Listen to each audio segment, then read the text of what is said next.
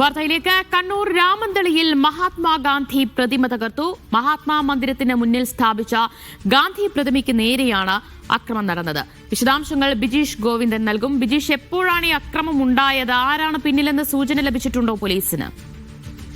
ഈ സംഭവം ഇന്നലെ രാത്രിയിലാണ് ഉണ്ടായത്. ഇതിന് പിന്നിൽ ആരാണ് എന്നുള്ള കാര്യത്തിനകത്ത് ഇതുവരെ ഒരു വ്യക്തത വന്നിട്ടില്ല. CCTV ദൃശ്യങ്ങളോ മറ്റോ ഒന്നും ഇത് സംബന്ധിച്ചുള്ളത് ലഭ്യമായിട്ടില്ല. ഏതായാലും രാമന്തളിയിലുള്ള മഹാത്മാ സ്മാരക സാംസ്കാരിക സെന്ററിന്റെ കെട്ടിടത്തിന് മുൻപിലുള്ള സ്ഥാപിച്ചിരിക്കുന്ന ഈ മഹാത്മജിയുടെ പ്രതിമയാണ് തകർത്തിരിക്കുന്നത്.